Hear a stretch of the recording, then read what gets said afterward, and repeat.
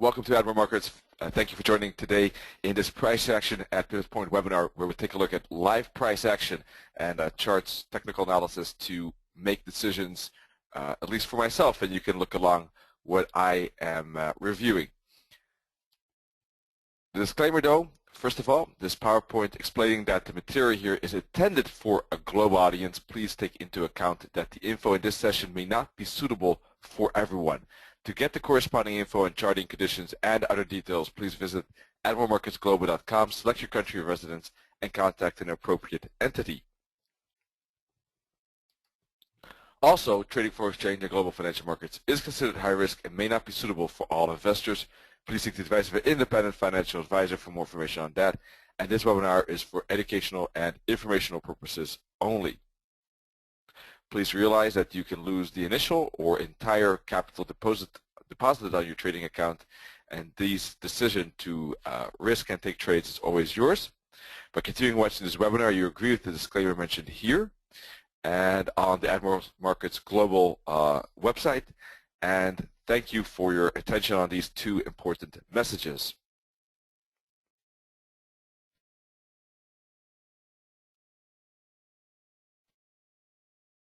All right, with that said, we can move on.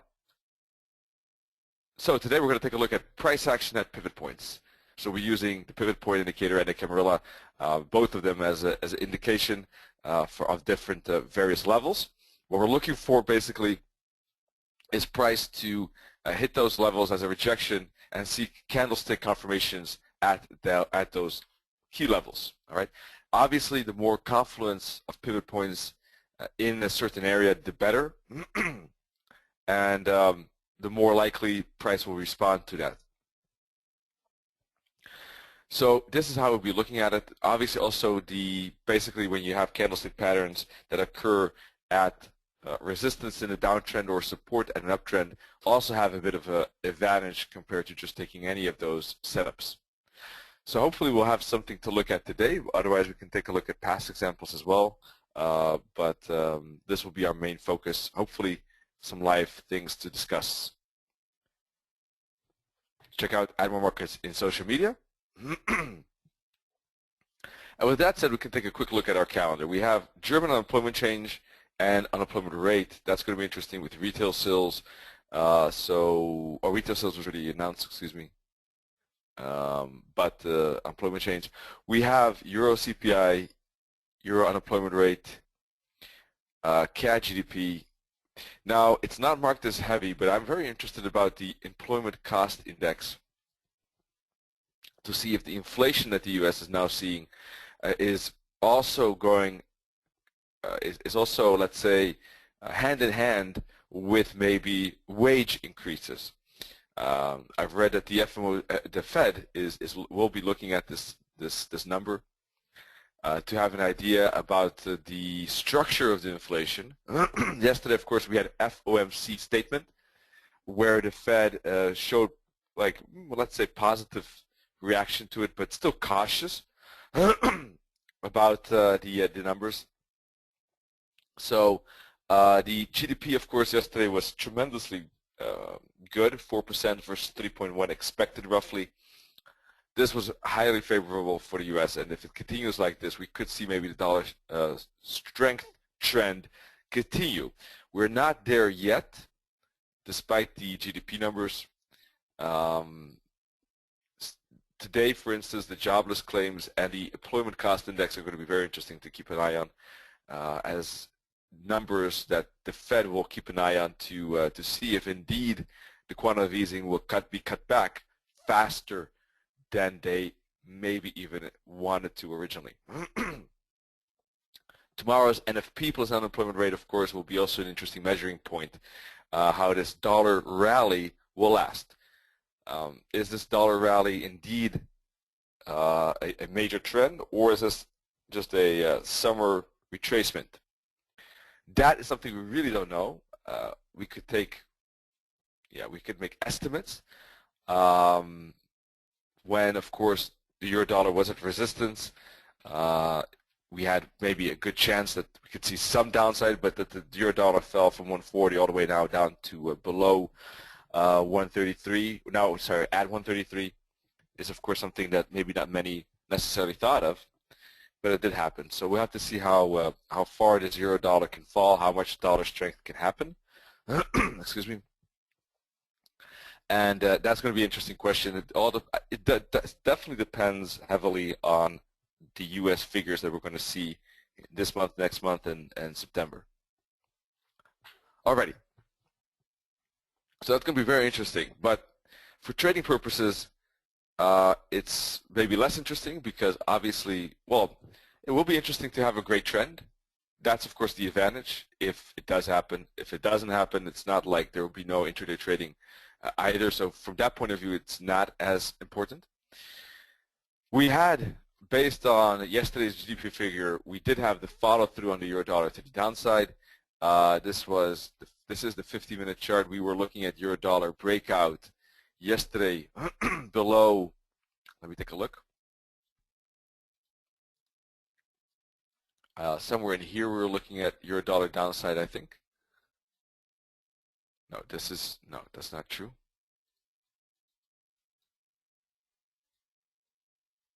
Sorry, this is the wrong date. This is Tuesday. We're looking at Thursday here. We're looking at euro dollar to break these bottoms right here. Yesterday, for a downside setup. Now that downside setup happened after our room, but after some long consolidation, it did finally break.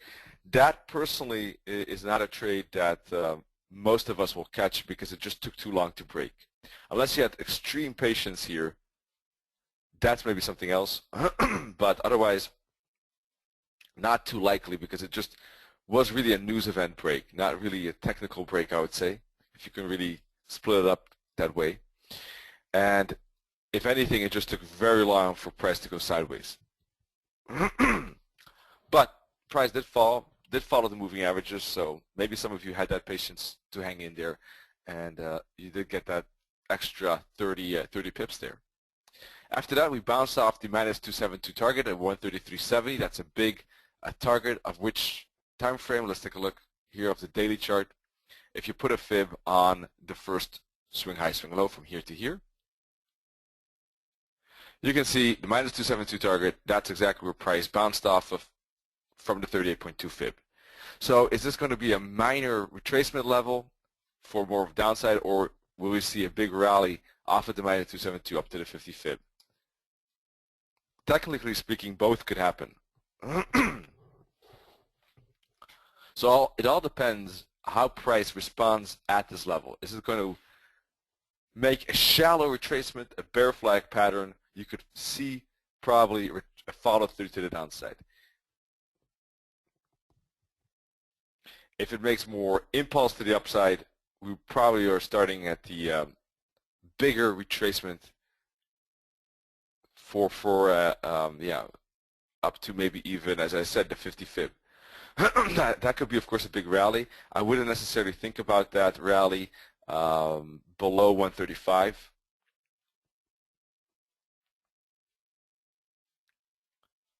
Above 135, the dynamics then, definitely the dynamics start to change.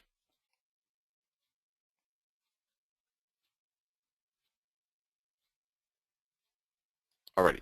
It's also the 50 fib of this 4-hour downside. So that 135 level is a 50 fib plus, of course, a psychological number. If it starts to break above that, most likely we'll be already having higher highs and higher lows, and the whole environment is looking more bullish. At the moment, it is looking bearish. So anything below 135 is more bearish zone, and above 135 changes. In the meantime, before we get to 135 and the 50 fib, where we also have a weekly R1, we have a 38.2 and a weekly pivot at 134.70. So that would be a major resistance. If price gets up there, that could be a good rejection zone. By the way, for those that are maybe new here, by any chance, we are using various tools like oscillators at the bottom. We're using price action candlestick patterns that are basically automatically recognized by an indicator. Not that we need it necessarily, but it makes it easier. We have a couple of moving averages, primarily at the moment the 21 EMA close high and low, and basically two pivot point indicators. So it's basically moving averages, pivot points, candlesticks, and oscillators.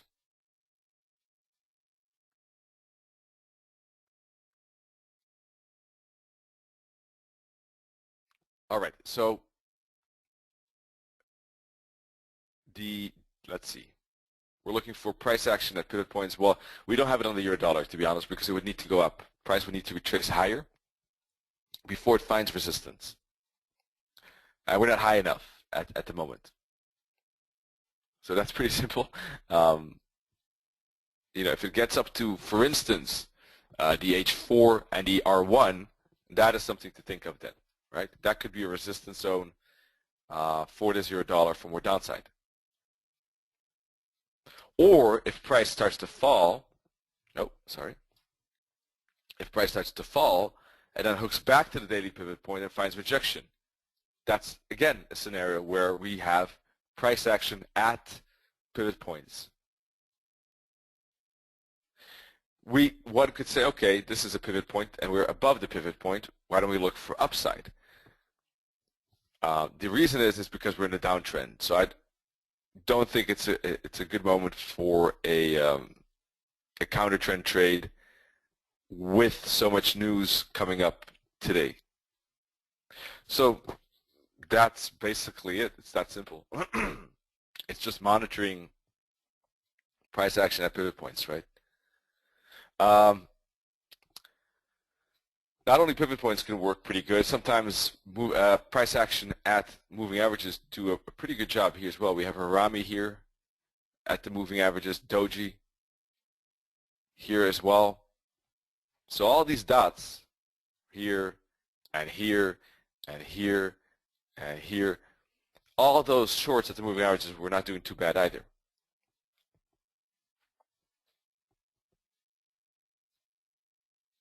Those are examples of the last 2 weeks.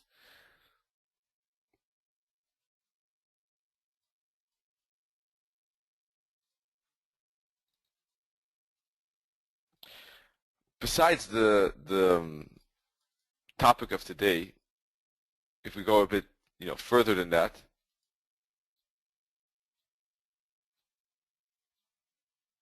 I would say this is a pretty strong momentum. So looking at the current daily candles too, we had a bit of a pin bar yesterday. That's true, a bit of a wick, but clearly the bears are in control still. And I would definitely not change that unless we break yesterday's high at least, 134.12, 134.17, I don't know, something like that. But let me take a look exactly. 134.15, okay. But obviously we bump into quick resistance above it as well. So it's really doesn't make much sense, I think, to look for longs unless price really breaks to the downside or goes above 135. How far would it have to go for a reversal trade potential? Probably would have to really challenge this bottom here at 133, 132.90.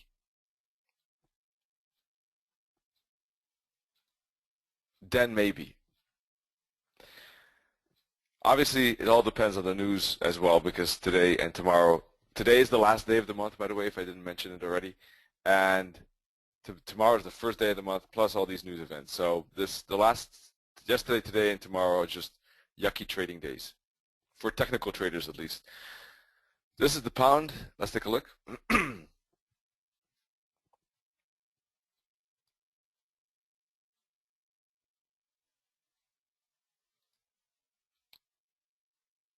Let me just change one thing in this template, which I realize might not be so good for you as viewers. 1 second. It's the pivot points that are really a bit crowded on this daily chart. It's not something I mind, but I think that it gets a bit too much. There, that looks, I think, a bit better for the daily chart. Let me quickly save that template. Yeah, so usually when August is arriving, we would expect a lot of calmness, a lot of lower volatility. What has happened will that happen this year as well is something that is not necessarily has to be so, because if the dollar starts to heat up, then August could be a lot better movements than maybe the typical August would see. So we'll have to see if that indeed holds true for this year. Typically, though, obviously August is a slower month. So pound dollar is moving down nicely too, but it's still above crucial support levels, different than the euro dollar. It has moved down a lot, but it's actually reaching the 89 EMA. You can see the 89 EMA on the daily chart has provided support in the past, 1, 2, 3, 4 times, about 5 times, right, since summer last year. So many times price stayed above it, but if it did move down, it bounced off that 89 EMA, roughly. Now, will it do it here as well? We'll find out soon enough. This is a talking spot in a way. If it does break through this level, we could maybe expect downside again to 167. Let me make that a bit different color. You know, that's the thing with reversal trades. We have to take it step by step. The first step was to break 170 up in here. The second step was to break through 169.50. We've all done that. So slowly but surely, the pound dollar is breaking all these support levels as expected.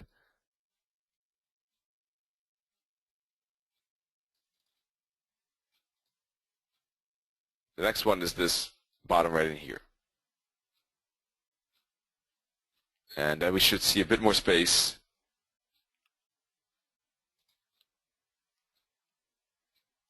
for further momentum to the downside, down to maybe 167.50, 167.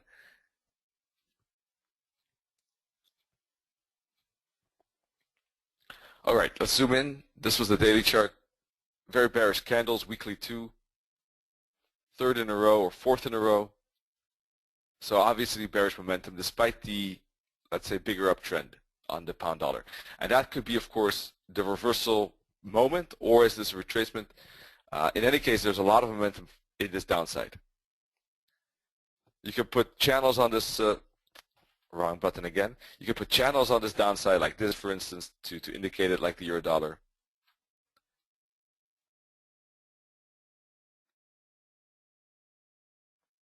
We're looking for price action at pivot points, so let's take a look.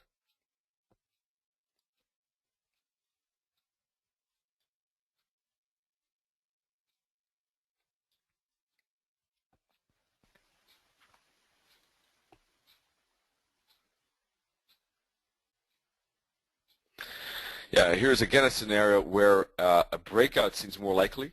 If we do get a push up, R1 and H4 probably are decent levels to look for on the pound dollar. Resistance at 169.50. That was the broken support level that now could be resistance as well. Besides the R1 L H4, will we get up that high is severely the question actually, because this could be already the breakout candle here. So not an ideal environment for this topic of webinar.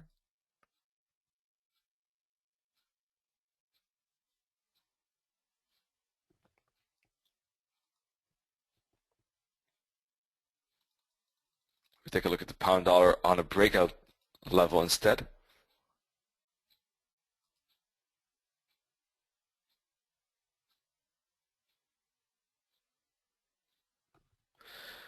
Yeah, this looks like a good breakout candles, in fact. I'm not a big fan of taking early breakouts on the pound dollar, but they didn't do too bad this week.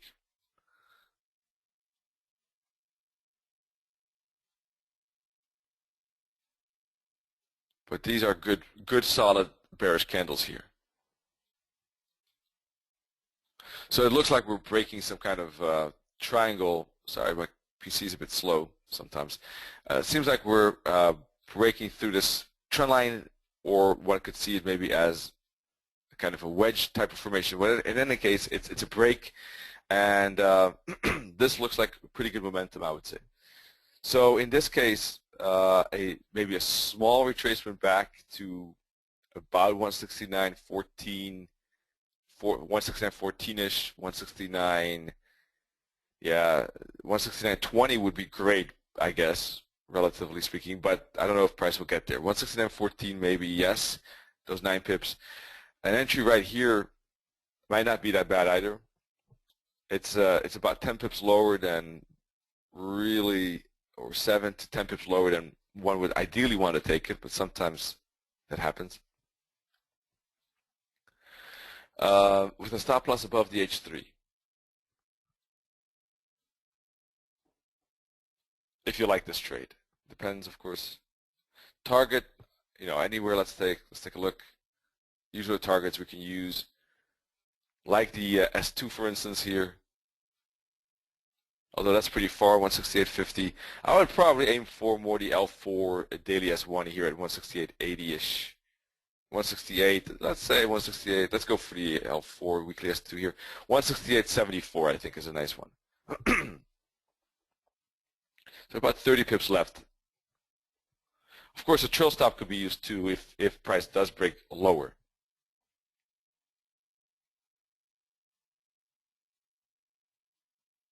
At the moment, it's more or less a one-to-one trade, which is not that grand. That's why a small pullback would be good, because if you get 8 pips less risk and 8 pips more reward, it goes from 1.1 to a 1.6 to 1.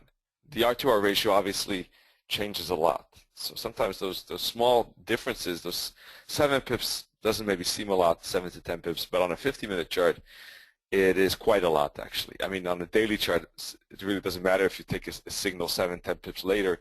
If you're basing a trade off a daily chart, that really doesn't matter. It's the same like 1 pip difference on a 50-minute chart.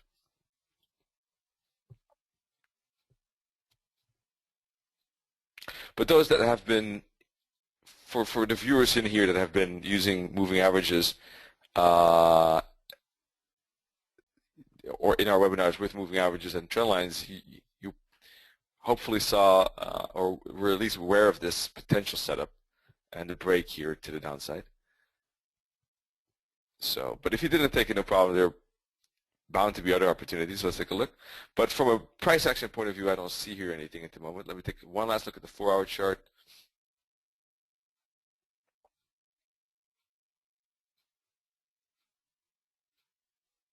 Not really. The Aussie. Yesterday we talked about the fact that I think the short was a good trade, and that worked very well.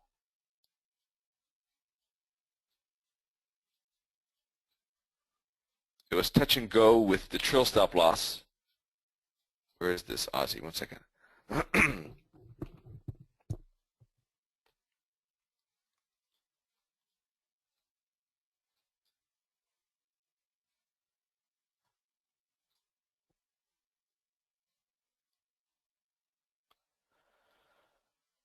Where was it?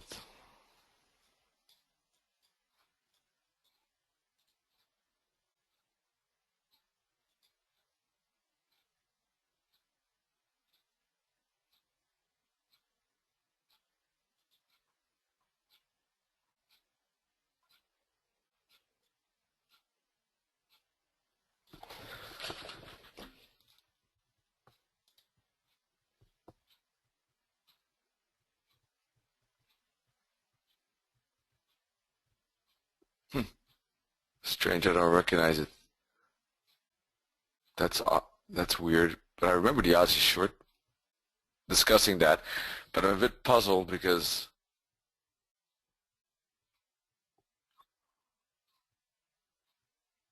now I remember. Okay, sorry. Took me a bit longer to recognize it than usual. What here? This is 1 second. Right here. Was looking for, this was the break right here. I was looking for a hook back to, we said 90, I said 93.74, 93.72. That happened indeed here. 74 was here. Price went to 78, 4 pips above that level. Then we had a bearish candle, and I said, okay, I thought there was some fractal here because I said I would move the stop loss, maybe it was the 5-minute chart that I was looking at. I would move the stop loss to 80 to reduce the risk. Price respected the 78 top here, double top on the lower time frame right at that, and then started to move down. So that's when we were in good territory. And as soon as it goes into positive territory like this, and you get fractals at the top, one could use those fractals, of course, to remove the trail stop loss here. Almost out of risk at this point, up a few pips, and then you get the follow through to the downside here. So that was good. A bit of a volatility here, so it depends how you trail stop that exactly, where you get out, but this fell all the way to 10, so that was about 64 pips of space. So even if you live through this retracement, which probably none has done, but then you're still up that amount of pips, so that's good. Maybe even in that trade still. So that was a good trade yesterday, breakout yesterday. Even better than the euro dollar, actually. Now we are in a new situation where we broke through, let's see, 1 second. Let's take a look at the 4-hour chart, where we broke through this bottom.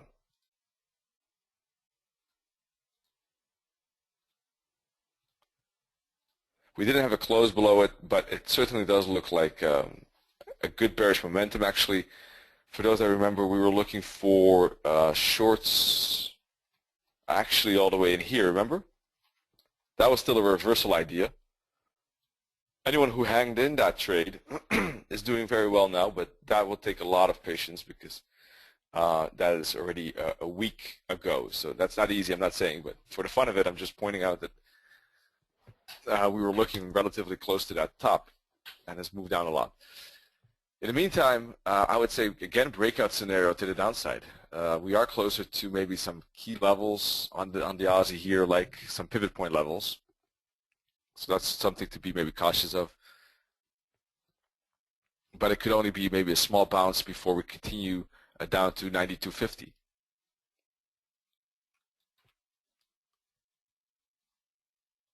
Four-hour oscillator still moving to the downside. Big bearish candle yesterday.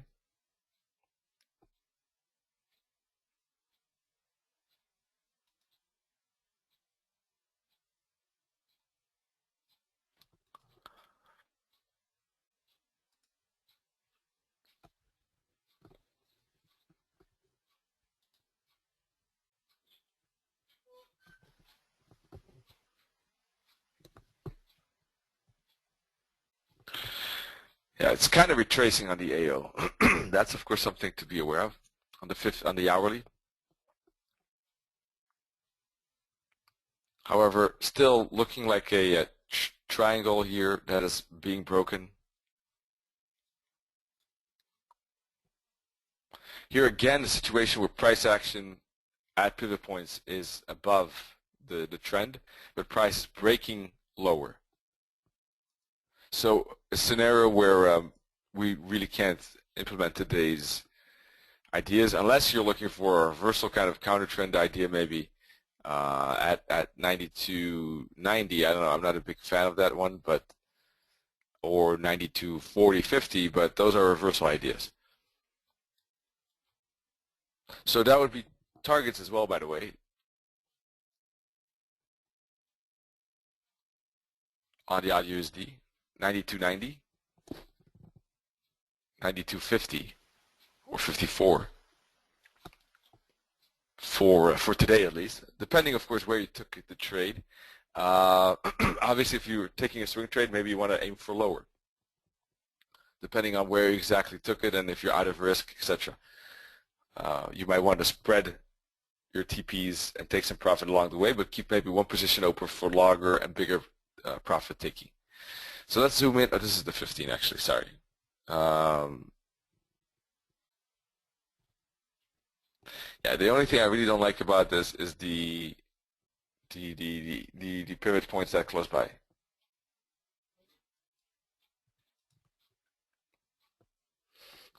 Killian is asking if I would go long on the Aussie here at 293.70.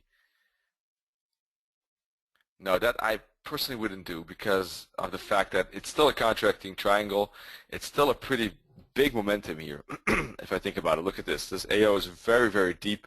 So long I would definitely not think of personally.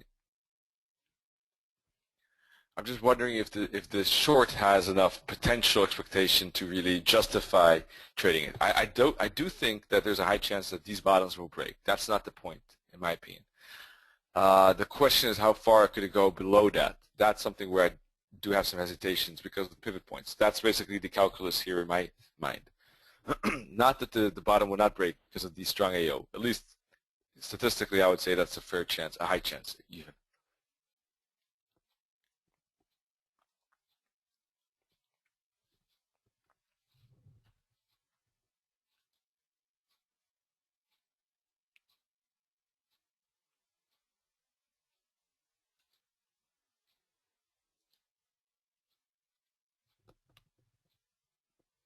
And now that we're breaking through 93, the support level here at 93.30 on the Aussie, you know, we might be seeing something very interesting going on the weekly chart too. Just to zoom out to a very long time frame, you know, we see this trend line may be being broken.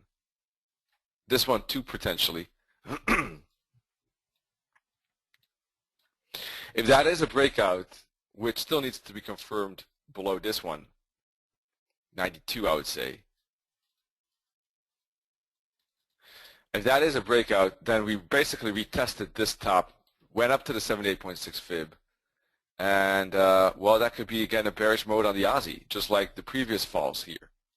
That does have a potential, and that has everything to do, of course, or not everything, but has partially to do with the dollar strength. How much strength do we see?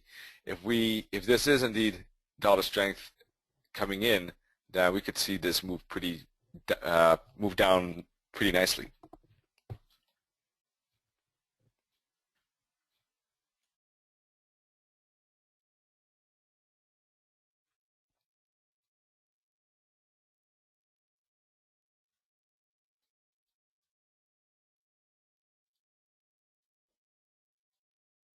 Alrighty, let's take a look at something else. Kiwi maybe.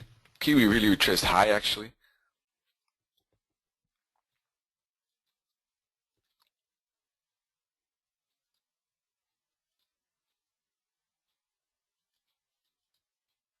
Shooting star at the daily R1 is something that I personally missed at when we started the webinar, unfortunately.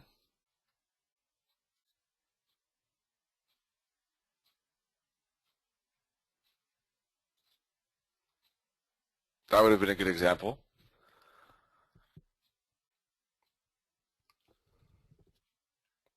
I guess no one else saw it as well. If you see something like this, of course, don't hesitate to tell me at the beginning of the room. I gladly look at that. Sometimes you do. That's great stuff. So definitely continue with that. Personally missed this. Maybe you didn't see it either. It is. Oh, Richard is in. Good stuff. Nice.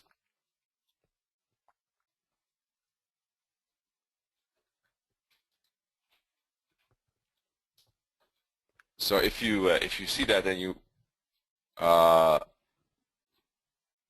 able to chat. Of course, don't hesitate to do so. The TP. Let's see.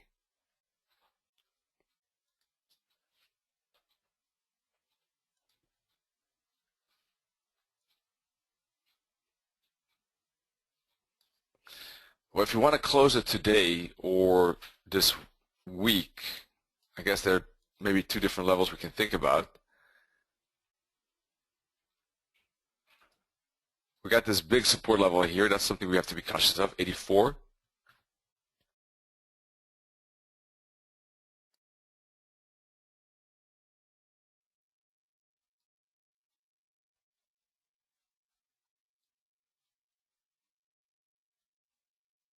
So 84 is something we have to reckon with. Let me put fibs on this downside here.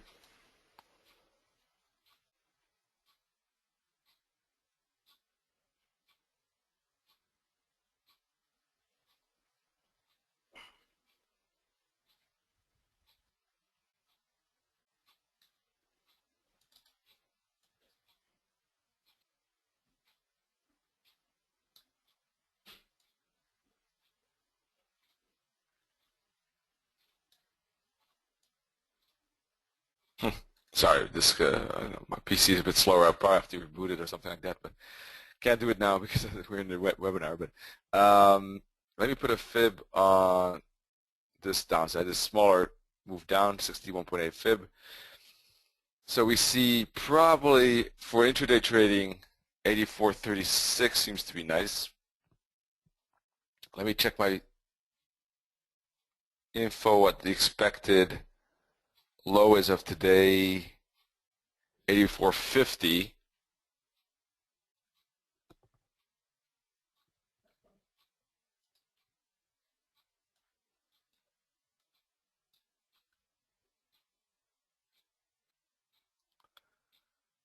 Yeah, if you want to take it, if you really want to play it safe, probably 84.50 would be good.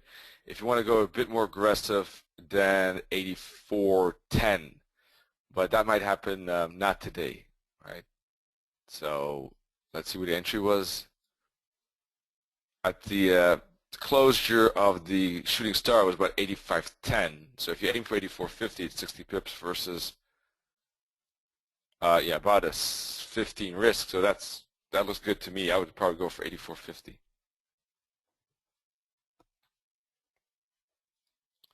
Let's see if anything else is going on.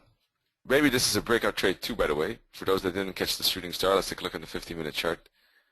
Not really, because this retraced pretty deep. So not at the moment, at least. It's not that set up. Now, of course, we might get the setup later today as this sets up, maybe, for instance, by falling a bit more, then bouncing and making some kind of flag, and then falling. Obviously, then we could have a breakout, below that with the trend. But at the moment, not. So give me a second as we can take a look at Richard's screenshot. Great stuff. Let's take a look.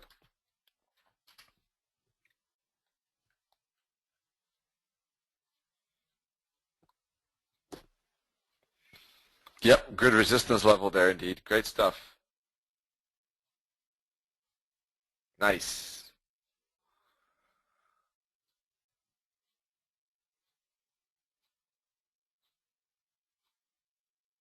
Nice hunting. Yeah, support level here too a bit indeed. Let's take a look at that again.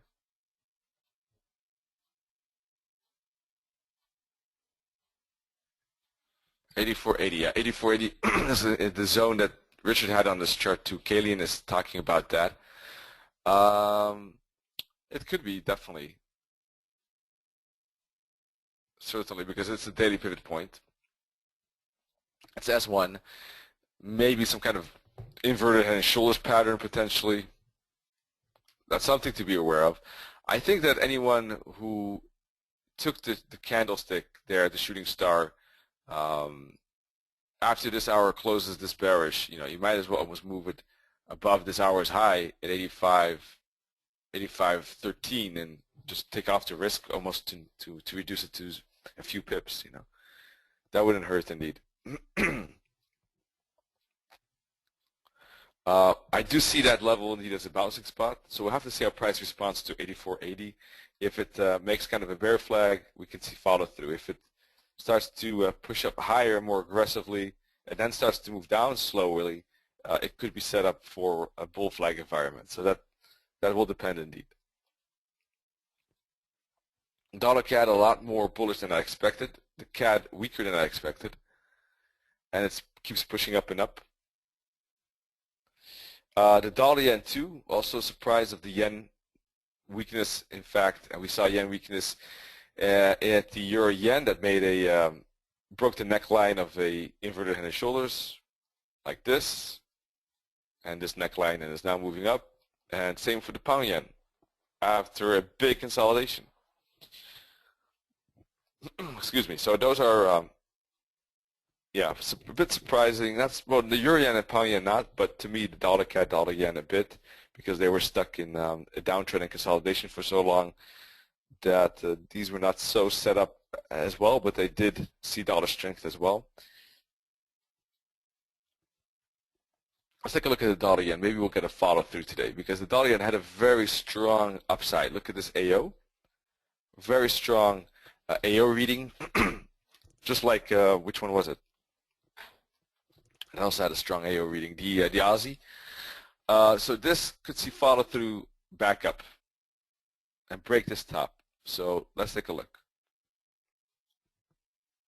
A break above H3 short.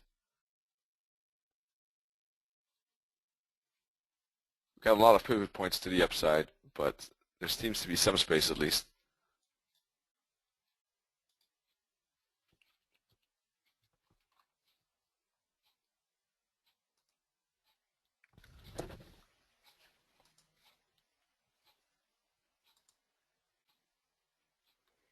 Obviously, we are making a retracement on this 50-minute chart, but it seems like a decent momentum bounce at the moment.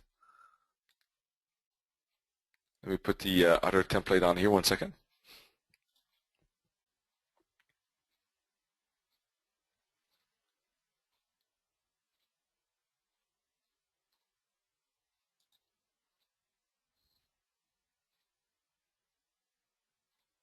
Engulfing twins last hour. Strong 21 band on the 4-hour chart. Strong daily candle.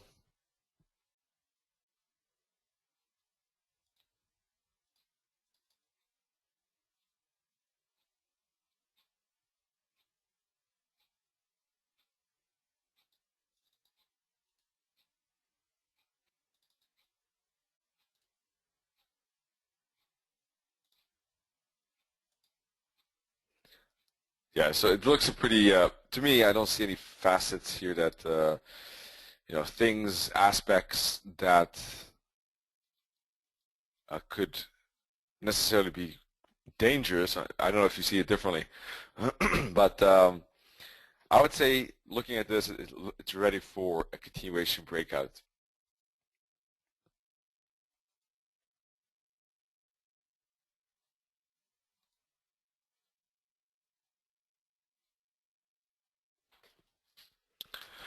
So what can we wait for? Let's take a look at the 5-minute chart.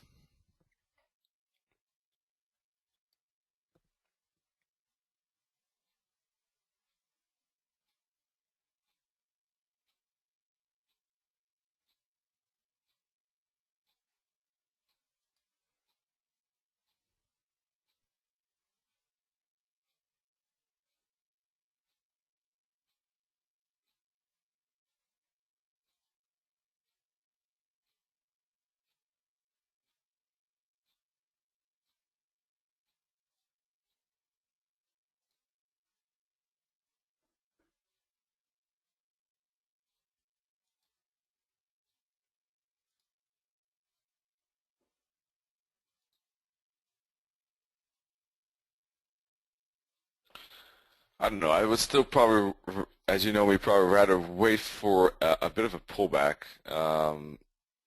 in this situation. It's just a first push up. This has consolidated for a decent amount of time, so usually you do see some kind of motion like this. If it does something like this, then a breakout trade here or here, wherever the fractals are, stop loss below it could be the way to tackle it, right? But it certainly looks bullish, so it's just a question of more of when and where. The other, of course, scenario would be if price were to retrace deeper. That doesn't maybe seem likely at the moment with this breakout. But if it does, the daily pivot point would certainly be something to look for. That could be definitely a bouncing spot if it gets that deep. At the moment, that doesn't seem so likely, and what probably would be the best is if we get a fractal here on top and price makes the retracement back to the EMA band and bounces.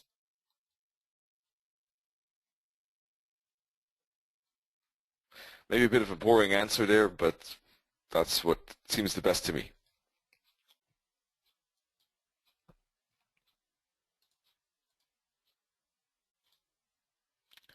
I'm using a bit newer template here because I took away some indicators to make it, I think, a bit more visible for you. Is it still, if it's still too crowded for you, let me know. I'll maybe try to think about ways again how to simplify it.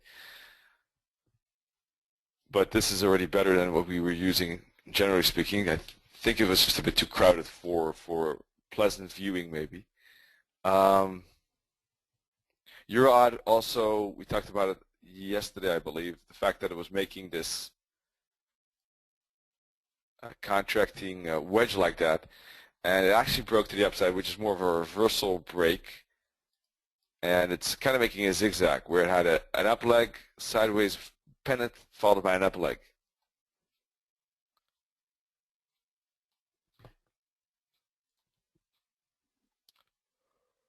Two shooting stars on the hourly and 15-minute chart on the Euro-odd. Let's put a fib on this. I think it's a good situation to put a fib on this very first upside here.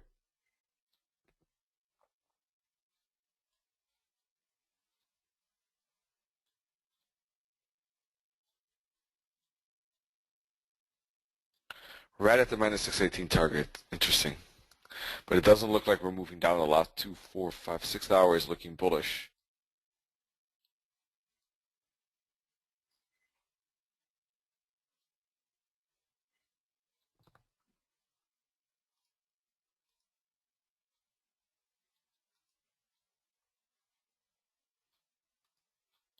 No, this rejection trade did not work. I mean, or unless you move the stop loss so to reduce the risk, because we're not getting follow through. It was a good shooting star at resistance, at a target, at a R1, but price is just going sideways. And if it goes sideways like that, it could be just a kind of like a continuation setup for breakout to the upside. That's what's looking like right now. So if anyone took that trade a few hours ago, then either there's going to be a loss or you reduced your risk. But there was some warning, but with the fact that it took too long, it took a bit long before it really started to go. Especially reversals, one would like to see price fall a bit faster. With the trend, one could have a bit more patience in general. Because sometimes, even if the trend doesn't go immediately, it could happen a bit later. You don't want to give it too much time either, but there is a bit more time than reversals.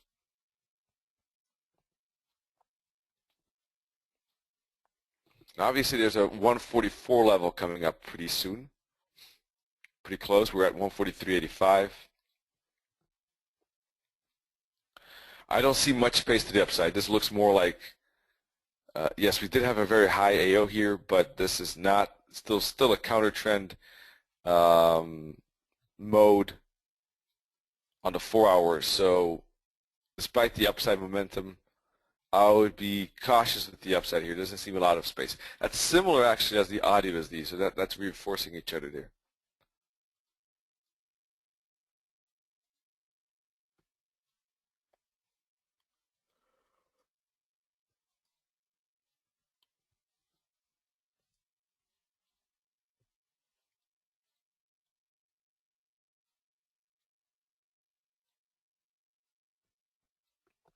Pound odd is also making the break to the upside. Yeah, both the euro odd, euro yen, pound odd, pound yen have made pretty good movements up yesterday as kind of like reversal trades on the 4-hour chart. Why do I say reversal trades? Because if you look at the pound odd here, for instance, you see price respecting the moving averages as it falls right here. Then it kind of is in the moving averages and then starts to break above it, right? So that's what I mean with reversal, as it breaks above it and goes back to the long-term moving average. Anytime price goes back to the moving averages, it's kind of reversing, right? Reversal, reversal, trend, trend.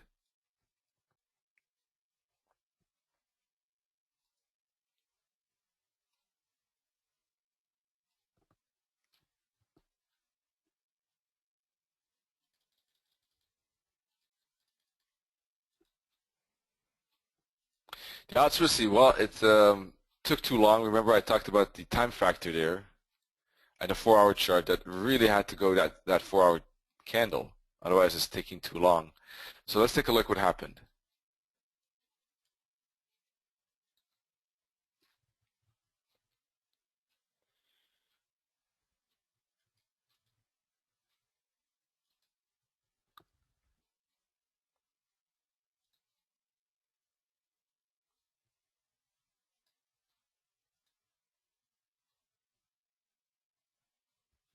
I was counting from, I'm not sure where I started to count yesterday. Well, in any case, obviously here was the very first push-up and close above the band. That took 18 candles. Well, that was for sure too long. But if one could take this one into account, 2, 4, 2, 4, 6, 8, 10, 11, that took long as well. And if one took this one, I think we were looking, I don't remember exactly, but let me check. I think we were looking at this candle. Yes, we were. This one, I said if this is bullish, it looks like good. If this one turns bearish, it doesn't look all too well. And indeed, it turned into a bearish candle, as we can see. And after that, we started with this downtrend. So that was the right time to exit any longs, as we just didn't get any follow-through. And price started to break below the 20 EMA. And as soon as we did that, we got downside pressure. So hopefully anyone who took longs managed to reduce that risk at least. Cool. In general, though, this is still a very strong AO, and therefore we could maybe see bounce potential eventually on this odd Swissy. So this is a scenario where I think a bounce trade at the pivots could make sense.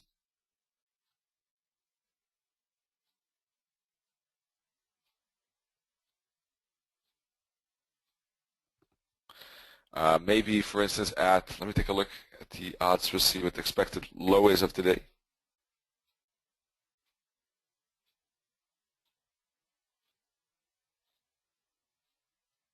I don't have that. Okay. Well, anyhow, how do you see? Okay, what I mean with there's no divergence, right? Because if you look at these tops, no weakness, strength. So that's why this was, when you had a choppiness like this, bullishness was expected. However, it took too long.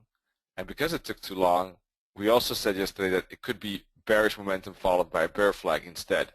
So that's why closing out here with time factor was a good, as I already warned beforehand. Watch out for that 4-hour candle. If it's not good, get rid of that trade, because otherwise it could get retracement, and it did. So that's what I mean. At the moment, the Aussie is in a downtrend against the dollar, against the euro and pound. However, if you look at the Aussie, there's not much space on all of these pairs before it does bump into big pivot points. What that could mean, some Aussie weakness remaining, then maybe a bounce. This does not have any divergence, so if the Aussie gets a bounce, it could maybe see a rebound off of these levels here.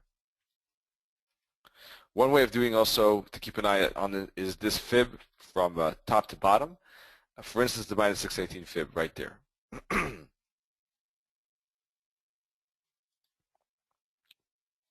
That could be a bouncing spot. 4-hour chart divergence, let's take a look. I didn't look at that, I think, so it could be true. No divergence either. This is a strong AO reading. Now, strong AO reading doesn't necessarily always mean that the price, oh, maybe if you look more in the past, you're right. I zoomed in more than, let's take a look at this top. These tops are equal to each other, so it is close indeed with these levels. It could be slight divergence indeed. I just zoomed in a bit more so I didn't see this top. But if you zoom out, it's true. You're right. There is a bit of divergence slight divergence between these tops, which are really equal to each other. It's like a double top on the oscillator. So that is something to be cautious of. But the thing is that the divergence it's close to hitting its target, which is the 144 EMA, roughly. Let's take a look where that is. 144 EMA is around the DS2 and minus 618 target. Could be a bouncing spot. We don't have any 1-hour weakness, so therefore a bounce is definitely still possible. It depends. A bounce doesn't necessarily mean a tremendous uptrend. What could happen is price bounces here, moves back to the EMAs, and then finds rejection at the daily weekly pivot point for more downside.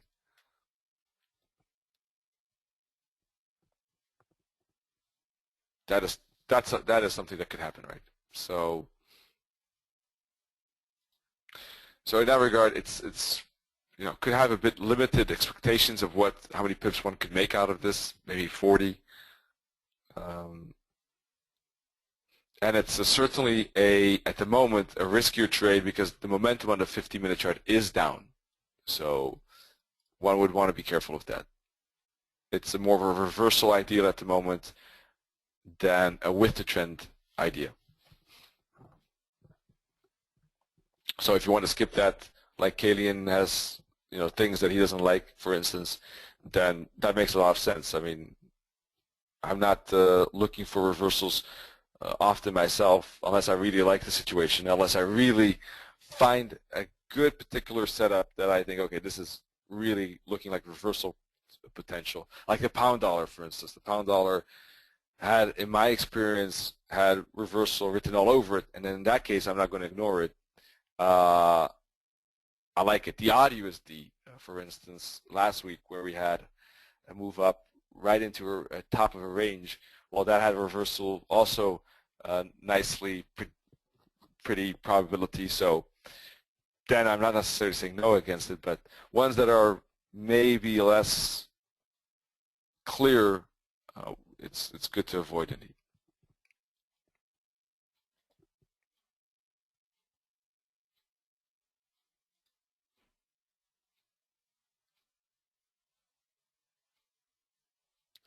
Let me think for a second which pairs we could still discuss that are interesting. Not sure at the moment.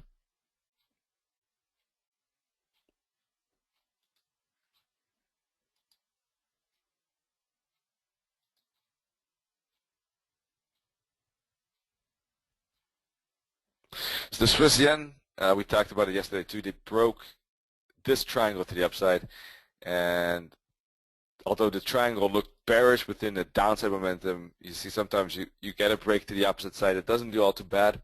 That had everything to do with the yen, obviously. So gold still stuck in this consolidation.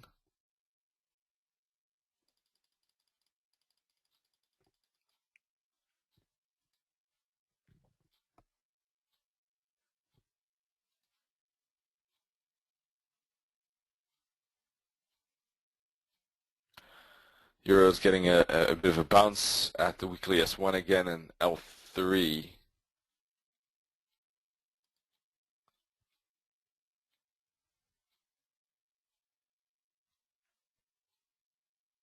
Pound, a bit of downside. Aussie 2. Let's take a look at the dollar CAD. Maybe some resistance zone. Well, there are a lot of resistance zones, but let's see how far the dollar CAD could break. But especially with strong dollar, this could maybe push through all these resistances. Still a moving oscillator here.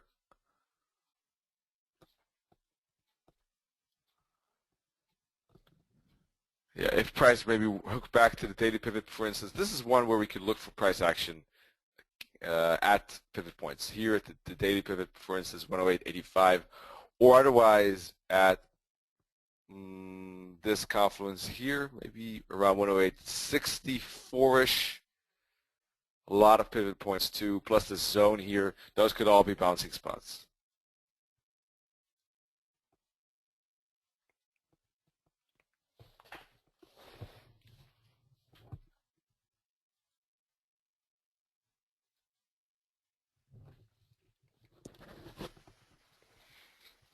The question always is, when you have a trend, is basically how far will that particular momentum last until you get a bigger retracement, right? That's always the question, and it's easier to take the first and second, maybe max third, before you really get into more a zone where the retracement is starting to have higher and higher probabilities.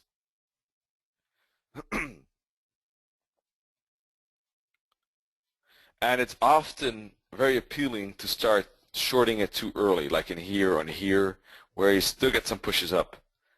With the pound dollar, the pound was basically getting to about this spot here. in my opinion at least. So those are the better reversals. The best with the trend trades are obviously in this zone here, where everything gets a bit more doubtful is this blue zone, because it's really not so good to up or downside because the reversal's not ready. The with the trend trade has its problems too, because maybe not so much space left. And there's this constant balance between, can you take one more with the trend trade, or do you want to wait, or do you rather take the reversal? This challenge of judging how far, or judging if there's a good setup with good space.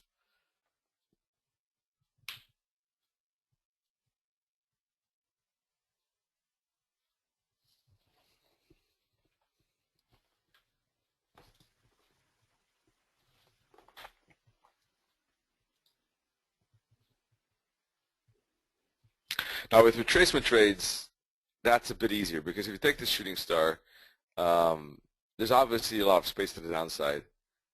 Okay, there is some level here at 102.80 maybe to reckon with, but it's less important if you take a retracement trade. But of course, that's not the answer either exactly to everything, because sometimes the price doesn't retrace as deep, or doesn't show any signals that it has retraced that deep, or doesn't show candlestick patterns. So yeah, then breakout trades are handy, because otherwise you wouldn't be in that trade.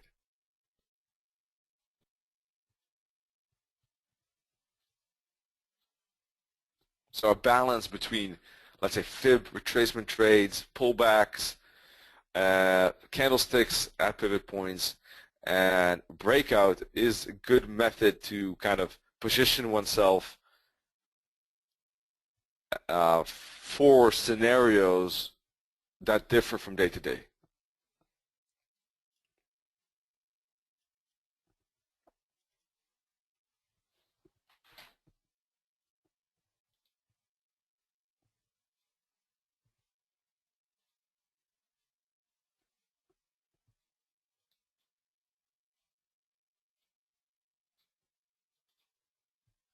Like this EuroCAD, for instance. I mean, this has moved up a lot already.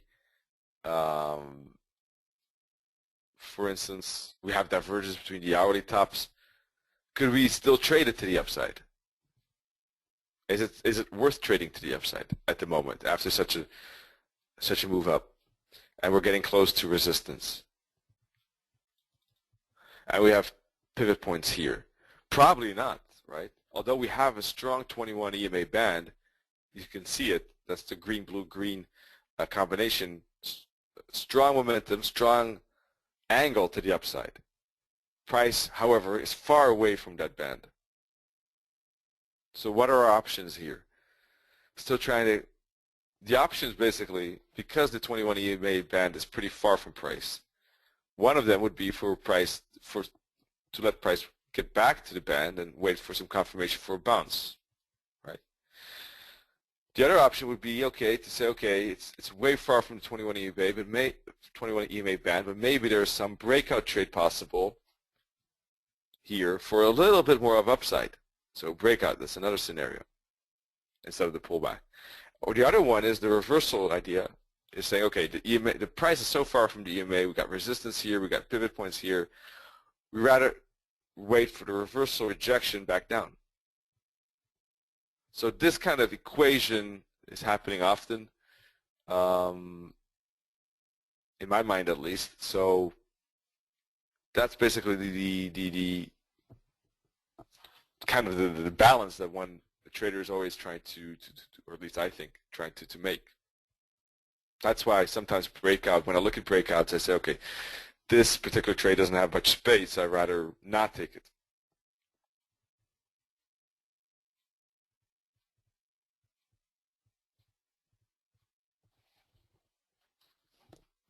Sometimes you get kind of half trend, half reversal trades, right? When you have a move up like this, it's not really an uptrend, I would say, but there is making a bull flag above the moving averages. So this is already at least a semi with the trend breakout trade. When you break this bear bull flag, it's not fully with the trend, I wouldn't say, because we haven't clearly established an uptrend but it is at least a bull flag. So it's kind of like a reversal break. But those could do well too at occasions.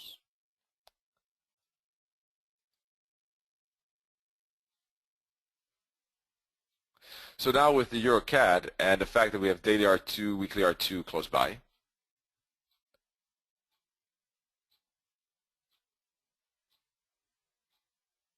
we're maybe not in a very great breakout scenario after we've moved up that many pips. Can we break up? Surely. Is it something that we would really like to trade? Probably not, not in my opinion at least, although it looks bullish. The structure is bullish.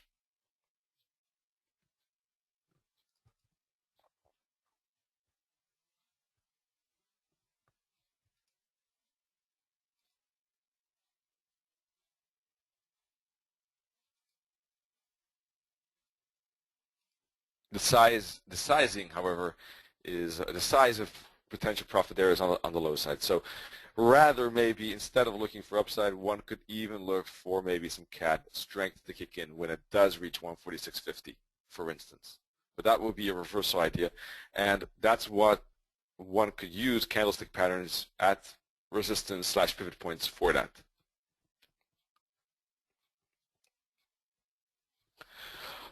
Another way of looking at resistance and support was the indicator that I showed last week. I didn't focus on it so much today because it slowed down the charts because of the indicator, but we can grab it quickly. It was not much interest in that indicator. I offered it to you. Only one person really was interested in receiving that, so it was not much of interest. So that's why I didn't want to focus on it today. But if you grab that indicator, let's take a look, you can see that this entire zone basically here where price is at is a resistance box up to 146.50. So it's desirable to go long despite the uptrend and up momentum at this spot. Not as much as you can see, right?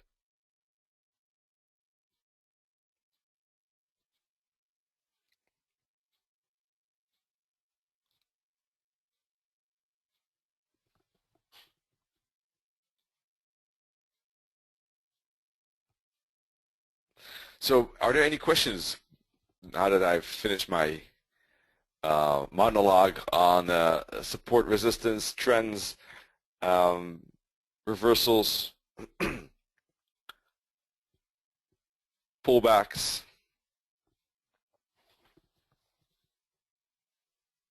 This indicator, we looked at it last week, and it's basically indicating supply and demand zones. It's supposed to be, in my opinion, it's more looking like indicating where tops and bottoms are. But you see here, for instance, supply and demand zones as well, where they're not necessarily any tops or bottoms. So basically, it shows that without having to draw on the charts yourself. Now, one could pre-qualify them by looking at how far and how fast price has moved out of those supply and demand zones. If you look, for instance, at the fact that here's a supply demand zone and price fell a lot and fast from that area and has never returned there, that particular zone at 147 is a strong resistance. There's also a weekly R3 and monthly pivot point. So if price were to get there, it looks pretty good as a resistance. This is also a thick area, so that too, plus price did move out of that, maybe not as fast, but it did move out decently far from it. So, that would be a pretty strong resistance. We had resistances here too. But what happened is that price went there, stopped there, and then started to make a bull flag instead of move down. So it did respect that zone. It just didn't go away from that zone.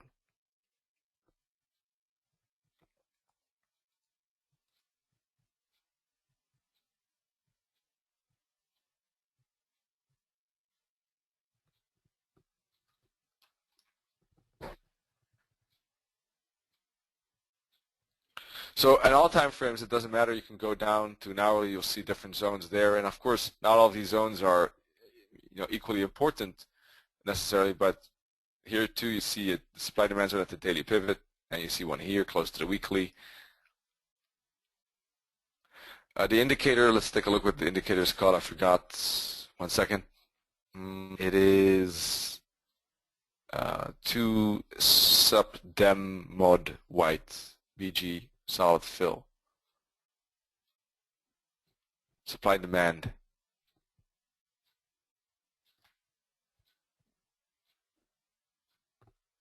But no problem. I can send it, as I said last week. If you like it, it's no problem.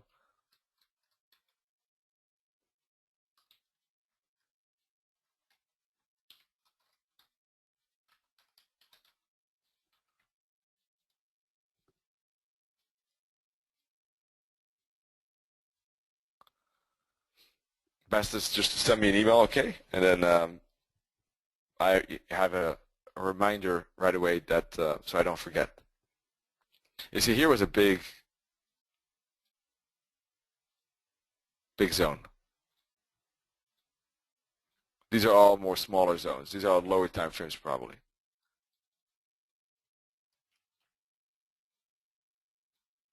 Here's a big gap on the daily. You got on the daily, you got 2 big zones here and here and here and here. You got a clustering of supply and demand zones, and then all the way up here again. So you can see some space.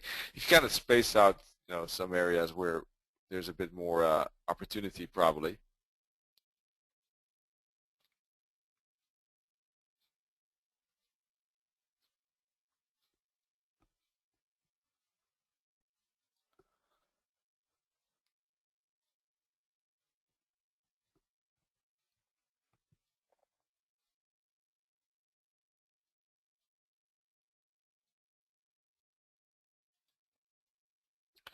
Pound is continuing its fall. The euro isn't. Bit of a difference there. Aussie 2.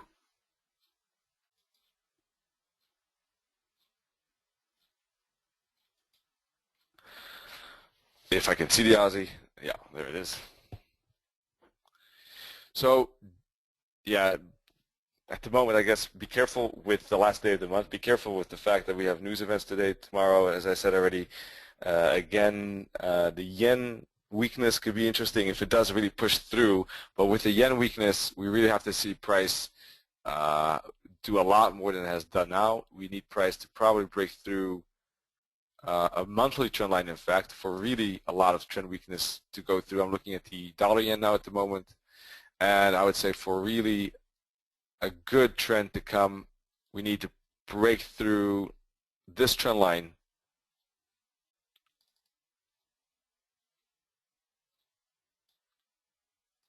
which is also roughly at the level of this resistance. Looks like 104. So there's still space maybe up to 104, but for a big yen trend, I would say a break above that is needed. Let's take a look at the dollar trend today. If the pound and Aussie are looking bearish, the Aussie has less space, I think, though. Kiwi 2 potentially, but we need to break through 84.80 indeed. But it's getting a good follow-up candle on that shooting star. The euro yen, pound yen, euro odd, pound odd have all made retracements, I would think, still. Don't see maybe that much space like the dollar CAD either. So I'm a bit leery of those. I'm the euro CAD. So unfortunately,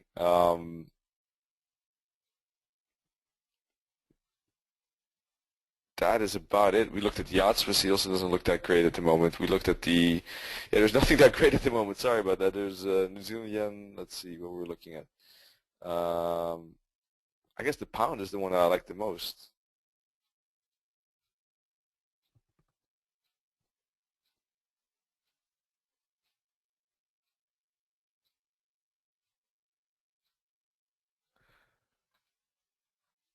What do you mean with are you one indicator, Kalian? I'm not sure what you mean with that question.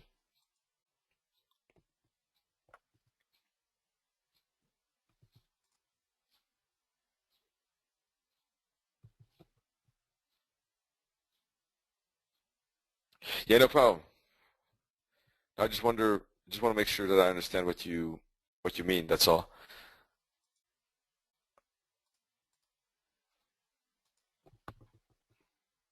New Zealand just closed with a big bearish candle. That's good.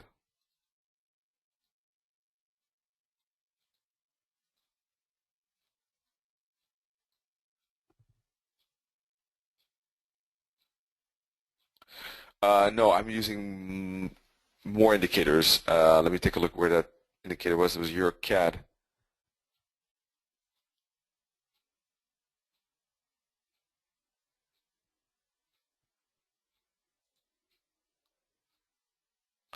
Euro CAD. Let me try to find Euro CAD. Here it is.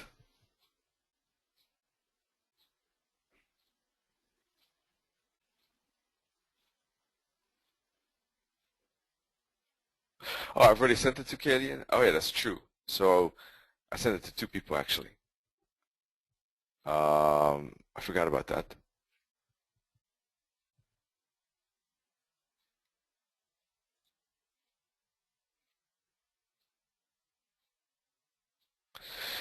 Yes, you're right. Actually, there's a second one. Why didn't I see it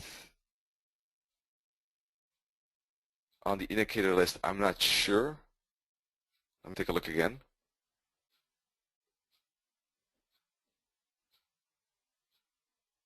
I think this template is, I don't have it on this template. That's the thing. Yes, it's true. There are two of them.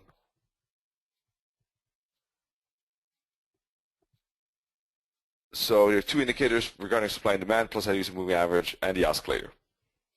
But I have to add it on this template. I think I forgot to save the changes. So, folks, I guess that's it from my side. I don't see questions from you. So tonight will be a webinar with Nenit and myself. Hope to see you then. We're going to take a look at Forex guide terminologies and just a bit into August trading, not too much because Nenit talked about it yesterday already. So next week we'll have only live trading labs and Forex strategy in the morning, that's all. And then the week after, nothing, so we'll be quiet. But then the 19th, I think, we'll be back. That's it from my side. I hope to see you in tonight's webinar and wish you good trading, good day, and let's see how price action sets itself up on maybe the pound and the Kiwi. All right? See y'all soon. Cheers.